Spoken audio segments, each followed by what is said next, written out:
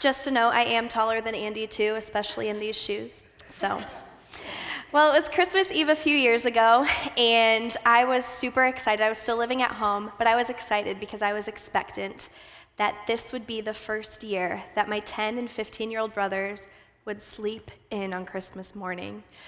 So I got all snuggled in bed, ready for a nice long sleep. Oh my gosh, I was so excited. And then I started having this nightmare.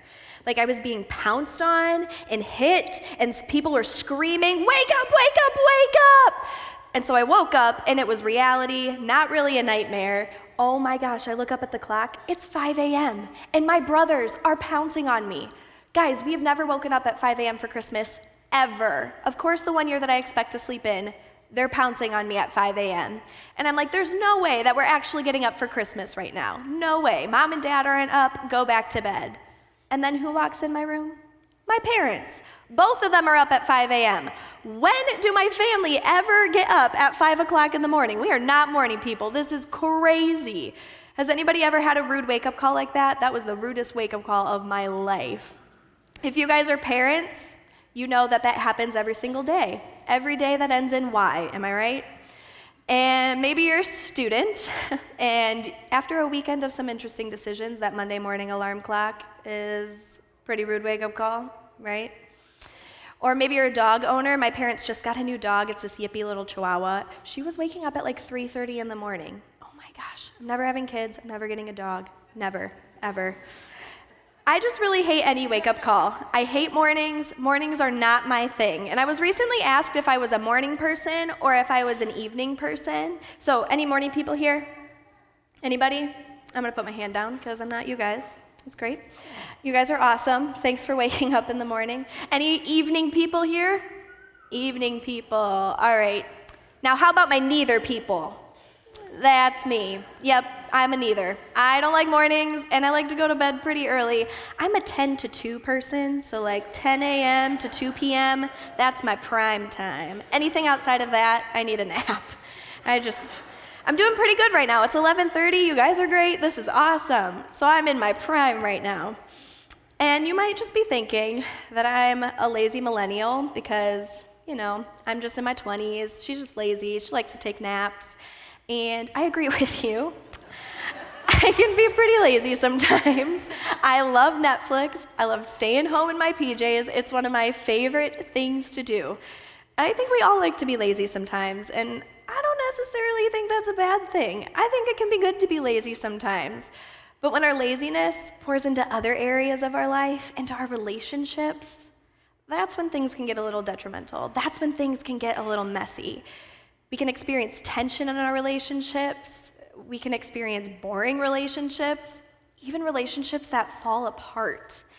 And so what we're going to talk about today, our bottom line, is that you need to give your relationships a wake-up call.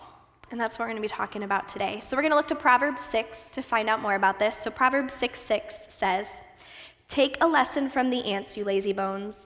Learn from their ways and become wise." Now, typically at this point in the talk, a speaker would tell you about some trivia about ants and maybe how they work really hard, how they're not lazy, but I hate bugs. And I was looking at the Wikipedia page for ants, and I got really disgusted by all the pictures. About 2 sentences in, I was done. So I don't have any trivia for you, so we're just going to stick to scripture to tell us what we need to know about the ants, because I think it'll tell us everything we need to know. So we're going to skip to verse 8, and it says, "They labor hard all summer, gathering food for the winter."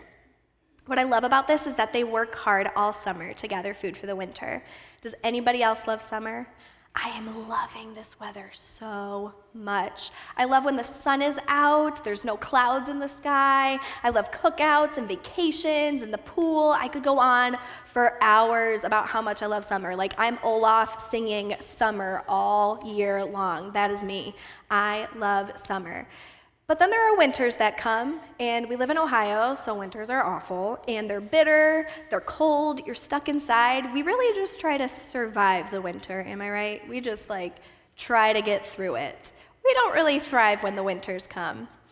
And so the ants, they work hard all summer. Instead of taking the back seat like we do, we like to chill out and just relax. They work hard all summer so that when those winters hit, They have enough food to keep them going. They have just what they need to move forward. And I really think that relates to our relationships so well. We have summers in our relationships, don't we? We all have those good times where we feel like we can just take a back seat, where everything is going so well. But then we hit a winter where there's some tension. Maybe there's some boring, monotonous parts to our relationships. Maybe a relationship starts to fall apart.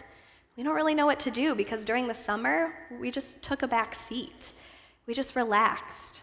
And so what I think we need to start doing is we need to stop being lazy and we need to start laboring, just like the ants do. They labor hard all summer so that they can have enough food for the winter. We need to labor during the summers of our relationships so that we have enough food to get through, so that we have enough sustenance, so that our relationships can survive the winters, because the winters can be tough in our relationships. And if we don't do this, oh man, I think verses 9 through 11, which you can read on your own, tell us exactly what happens. If we don't work through our relationships during the good times, poverty will strike us. And in our relationships, what does relational poverty look like? Loneliness. Our laziness, it can lead to loneliness. And I don't know about you, but that's something that I've experienced and something that I wish I could have gone back and worked on a little bit more. See, in high school, I had a friendship, and she was one of my best friends. And just like any high schooler, I just rode and coasted the journey of high school. Didn't really think about much, oblivious to the world around me. And I wish I would have worked a little bit harder on that relationship. Because when college hit and she moved away, I didn't really have any friends. And I didn't know how to connect with her outside of just being proximity friends, out of just being next to each other all the time. And so I really wish that I could go back. I wish I could have worked on that relationship when the summer of our relationship was happening. I wish I could have worked on our friendship so that now maybe we would have the opportunity to have the friendship that we used to have. And we just don't. So what does this look like for you?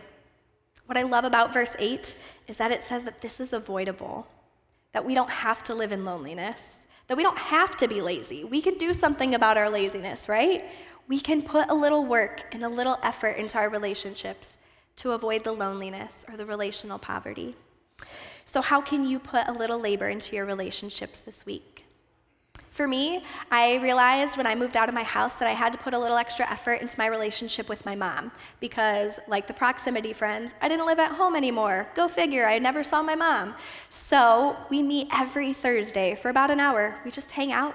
We get coffee, we chat about anything and everything, and it is one of the most fulfilling hours of my week. And I know that for her, it fills her tank so much just to connect with her daughter for an hour. Also, for me and my husband, we just got married about 9 months ago, so we're still newlyweds. And I had that newlywed mindset going into our relationship, going into our marriage, that every newlywed has, that nothing is going to go wrong, that we are going to be fine once we move in together. Once we're living together, we'll be in the same place. It'll be fine. And everybody who's married knows that I was wrong, because once we live together, tension hits. He doesn't flush the toilet, or he puts a toothbrush away wrong, or we just don't see each other as much as I thought we would, because we're both really busy people. And so I realized that I have to take a step back, or step in, really, to work on our relationship a little bit more. And I wish I would have worked a little bit more during our engagement so that we could have been prepared for this just a little bit more. And I wouldn't say that we're in a winter or we're in a really tough season, but I still think that putting a little bit more labor into our relationship ahead of time might have saved us from a little bit of trouble down the road.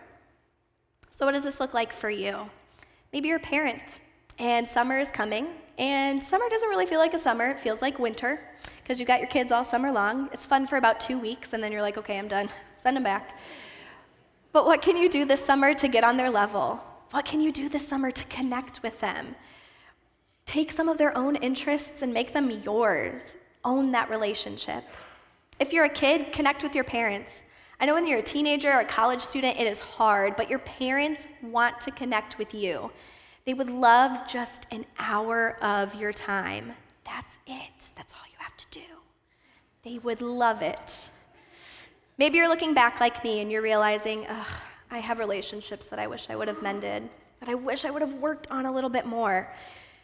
That's okay. We can think about those and learn for the future. But what relationship can you work on today that you won't lose, that you don't have to lose? What relationship can you put a little labor into today to help you for the rest of your life? So I want you to write down one person that you can think of that you need to give a wake-up call in your relationships with today. Thank you so much.